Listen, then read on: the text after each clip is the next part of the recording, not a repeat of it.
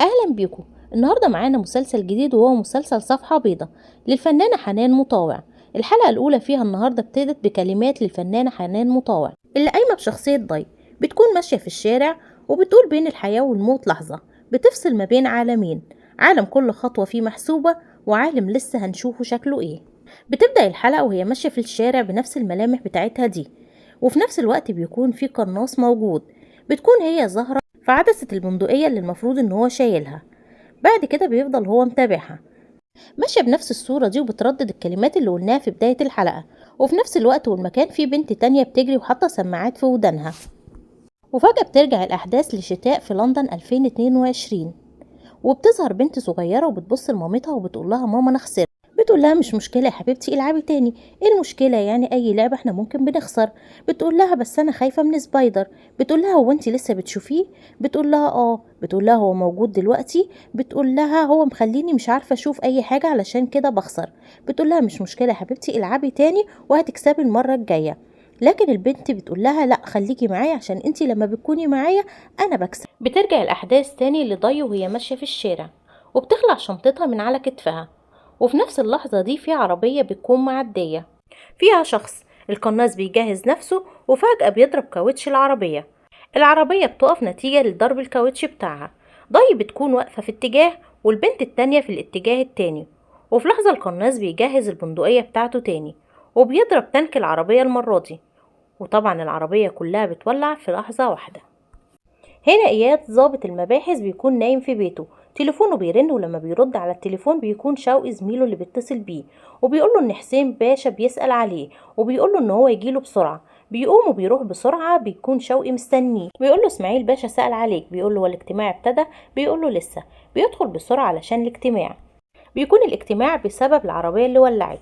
فهنا اسماعيل باشا بيقول ان هاني السيوفي وده الشخص اللي كان موجود في العربية انفجرت بيه ومات، وده نتيجة لان في قناص ضرب بالعربية.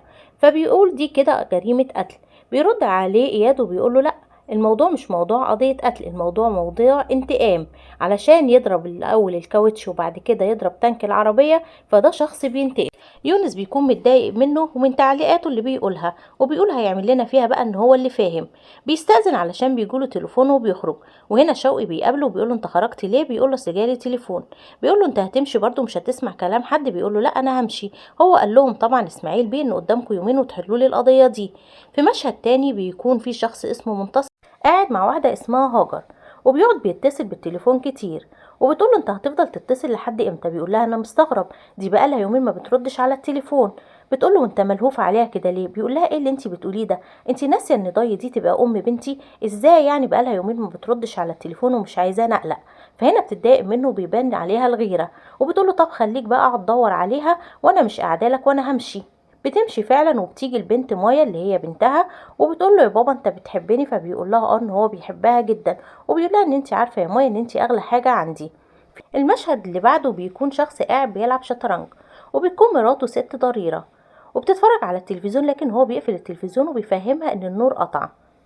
بتقعد تسأله أسئلة كتير جدا وبيكون متضايق منها. الباب بيخبط ويقوم علشان يفتح الباب. بيجيله شخص وبيقول له انت حسن العلايلي حسن. فبيقول له اه. بيقول له تيجي تقابل أسامة بيه حالا.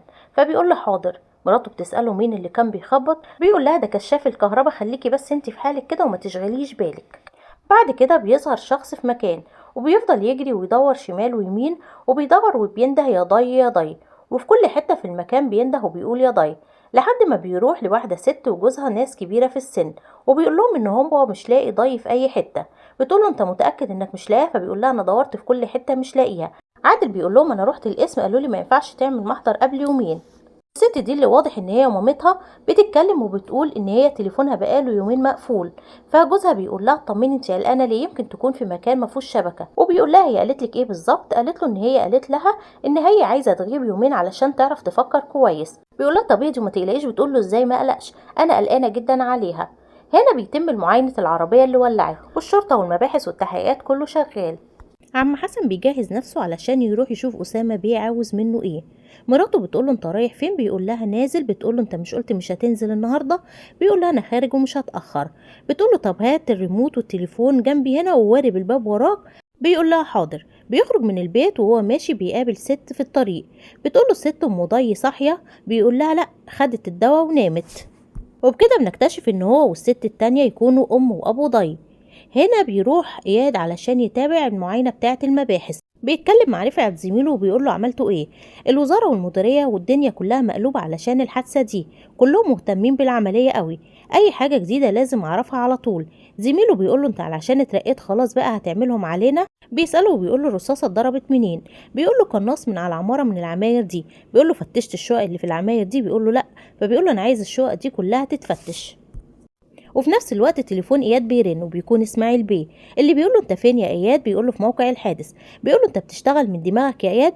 بيقول له حضرتك اديتنا يومين نحل القضيه. بيقول له تعالى لي انا عايزك حالا. نرجع لمنتصر تاني اللي بيكون مسافر، وهنا بتقول له هاجر انت ماشي هتتاخر؟ فبيقول لها لا، هما يومين بالكتير وهكون عندك. بتقول له طب وضي؟ بيقول لها ما تقلقيش، انا علاقتي بضي اتقفلت من زمان جدا واتقطعت من زمان، انا كل اللي ما بيني وما بينها هو بنتي بس. وبيقول لها خدي بالك من مايا، انا سايبها معاك، انت عارفه ان انا ما اقدرش امن اي حد على مايا غيرك انت. وبعد كده بياخد شنطته وبيمشي، لكنها بتكون متضايقه. وده يبين لنا ان منتصر هو جوز ضي وطليقها، والبنت دي بنتهم هما الاتنين. هنا عم حسن بيكون راح المباحث، والظابط بيقول له انت ابو ضي؟ فبيقول له اه. بيقول له وريني بطاقتك، بيوريها له، بيتصل بحد وبيقول له هو ابوها موجود عندي هنا. فبيقول له هو في حاجه؟ هي ضي حصل لها حاجه؟ بيقول له بنتك ضي اتوفت. بيقول له ازاي؟ قال له ماتت في حادثه. بينهار طبعا ابوها، لكن الظابط بيقول له ان انت لازم تيجي معايا دلوقتي المشرحه علشان تتعرف على جثتها. في نفس الوقت بتكون الدكتوره سعاد لسه قلقانه، وبتقعد تقول لجوزها هو بنتي حصل لها ايه؟ انا خايفه عليها، انا مش مطمنه، انتوا شكلكم عارفين حاجه ومخبيينها عليا. وده بيبين لنا برضو ان هي ام ضي.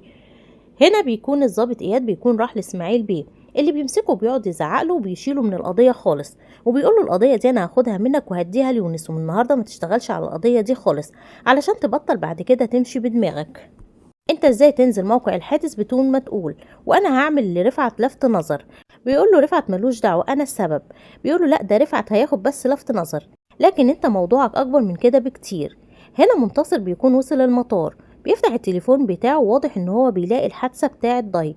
بيتصل على طول بهاجر وبيطلب منها ان هي تصور له قسيمه جوازه هو وضي اللي موجوده في الدرج وبعتها لي ضروري. وفي الوقت نفسه بيسرح بخياله لاول مره شاف فيها ضي، وبيكونوا هما الاتنين كانوا موجودين في لندن. ضي كانت رايحة علشان بتدرس، وهو كان موجود في مطعم وهو معدي، فهي رجليها غصب عنها بتكعبله. فبعدين بتتأسف له، بيقول لها ايه ده انت مصرية؟ فبتقول له اه. بيقول لها ده انا كمان مصري. فبتقول له والله دي حاجة كويسة. بيقول لها ايه رأيك ان احنا نتكلم مع بعض؟ بتقول له يعني ايه نتكلم مع بعض؟ وبتكون هي واحدة عندها مبادئ. بيقول لها تشربي حاجة؟ فبتقول له انا ما بشربش خمرة، حاجة حلال ماشي. بيقول لها لا عادي اشربي حاجة حلال، عايزة تشربي ايه؟ شاي؟ فبتقول له يا ريت، بس ده الواحد كان نفسه في شاي بالنعناع. بيقول لها من المطعم ده بيقدم نعناع؟ فبتقول له والله. فبيقول لها اه. فبيطلب لها شاي بالنعناع. وبعد كده بيقول لها انتي بتعملي ايه هنا؟ فبتقول له ان هي بتدرس، هي استاذة في كلية صيدلة، وجاية هنا بتعمل ابحاث وكده، وهي طبعا مش فاضية لاي حاجة، فهتيجي وتكلمني وتعاكس والكلام ده كله، انا مش فاضية للكلام ده. بيقول لها بتيجي المطعم ده على طول؟ فبتقول له لا مش ناوي اجي تاني لان اكله بصراحة طعمه وحش. فبيقول لها انا هنا بقالي 17 سنة. قالت له بتعمل ايه هنا؟ قال لها ضحك وقال لها انا صاحب المطعم اللي اكله طعمه وحش ده. بتتحرج جدا لما بيقول لها كده، وبتقول له والله انا مش قصدي. بيقول لها لا عادي جدا، انا اصلا انت عارفة ان انا جيت هنا من 17 سنة وكنت شغال في المحل ده، اختلفت مع صاحب المطعم ومشاني، وبعدها رجعت ب5 سنين واشتريت المطعم ده. وده كله كان فلاش باك من خريف 2018. وبيخرج من المطار وبيوقف تاكسي. هنا بقى عم حسن ابو ضي المفروض رايح علشان يتعرف على الجثه في المشرحه، ولما الضابط بيعريله الجثه وبيتنهار وبيقول ان هي بنته. بيقول له انت متاكد انها بنتك؟ فبيقول له اه ان هي بنته. بيخرج طبعا من المشرحه وهو عمال يضرب كف على كف ومش عارف يتكلم ولا يقول اي حاجه. في نفس الوقت بيكون في واحد تاني موجود في المشرحه، بيطلب ان هو يخش علشان يتعرف على جثه ضي. بيقولوا له ان انت تقرب لها ايه؟ فبيقول لهم انا خاطبها. فبيقولوا لا، خاطبها ما ينفعش ان انت تشوفها، لازم اللي يشوفها القرايب من الدرجة الاولى بس. فبيفضل ماشي كده وهو سرحان وبيعيط. وبيجي في نفس الوقت منتصر اللي بيقرب من الضابط وبيقول له انا ممكن اتعرف على الجثة؟ فبيقول له انت مين؟ فبيقول له انا منتصر جوزها، وبيطلع الصورة بتاعة قسيمة الجواز وبيوريها له. بيتأكد الضابط طبعا من وشه اللي في الصورة ووشه اللي في القسيمة. بيمشي عادل بالعربية بتاعته وبيفضل يفتكر لما كان بيحب ضي، وبيفتكر لما جات له في يوم وقالت له انا دكتورة سعاد قالت لي ان انت عايز تبيع الفيلا دي. فمجرد ما بتقول له كده بيديها مفتاح الفيلا، بيقول لها الفيلا كلها علشانك. بتقول له لا انا بتكلم ان انت عايز تبيع. لا انا ليك انت، مش عايزه ابيعها بس بشرط انك ما تسافريش تاني وتمشي وتسيبيني. ويفضل يفتكر كل ده وهو بيعيط وهو ماشي في العربيه بتاعته. بعد كده بيكونوا موجودين كلهم في الجنازه. ابوها بيكون موجود في الجنازه مع قرايبه الصعايده. المنتصر بيكون واقف على جنب وعادل كمان واقف على جنب تاني. بيدفنوها كلهم، يفضلوا يدعوا وكله طبعا عادي ما عدا عادل خطيبها هو اللي بيكون منهار جدا. اما منتصر فبيفضل يبص على ابوها من بعيد. ولما الجنازه بتخلص بيكون ابوها ماشي، بس الغريب ان ابوها كان متماسك كده في الجنازه. ولما جه اخوه اتكلم معاه وبيقول له شد حيلك وبيقول له انت برضه ناوي تعمل اللي في دماغك، بيرد حسن وبيقول له انا راجل مش صغير وعارف انا بعمل ايه. اخوه بيرد عليه وبيقول له وانت بتعاند نفسك ولا بتعاند مين؟ بيجي في الوقت ده منتصر وبيعرفه بنفسه وبيقول له انا منتظر جوز بنتك ضي. لكن ابوها بيبص له بعدم اهتمام وبيكلم واحد تاني وبيقول له خد بقى اعمل انت اللازم لحد ما كل حاجه تخلص، انت كنت خاطبها وانت عارف انت ممكن تعمل ايه. وبعد كده بيركب العربيه وبيمشي. بنرجع تاني لشوقي واياد اللي بيتكلموا مع بعض. اياد زعلان لان اسماعيل بيه شاله من القضيه وحط يونس مكانه. لكن هنا شوقي بيحاول يهديه وبيقول له انت عارف ان اسماعيل بيه بيحبك. بيقول له علشان كده خد مني القضيه وراح اداها ليونس. قال له هي في الاخر قضيه انا حليتها انت حليتها يونس حلها، هو في الاخر شغل. انت اللي مش شايف نفسك خالص، انت سايب نفسك لا بتخرج ولا بتتفسح ولا بتاخد اجازات ولا حتى اتجوزت. بيقول له وانت هتسيب المباحث وهتشتغل خطبه ولا ايه؟ بيقول له يا عم انا غلطان، كنت عاوز اقول لك على حاجه. بيقول له ايه؟ بيقول له الست اللي لقينا جثتها ابوها اتعرف عليها. بيقول له ايه المشكله يعني؟ قال له المشكله ان ابوها بيقول ان هي عايشه معاه هو وامها وما بتسيبش البيت ابدا، بس في نفس الوقت جه بلاغ تاني من شخص وقال ان هو جوزها وان هي كانت عايشه معاه بره ومخلفه منه بنت. المشكله بقى في البلاغ التالت اللي جه، وده واحد بلغ عن اختفائها وبيقول انه خطيبها وما يعرفش اي حاجه عن جوزها ولا ابوها. اياد بيتصدم من الكلام اللي هو بيسمعه ده، وفجأة بتظهر ضي وهي نايمة على سرير في مكان بشكل مختلف وغريب، وبتقرب منها الكاميرا لحد ما فجأة بنلاقيها فتحت عينيها. وبتخلص الحلقة على كده.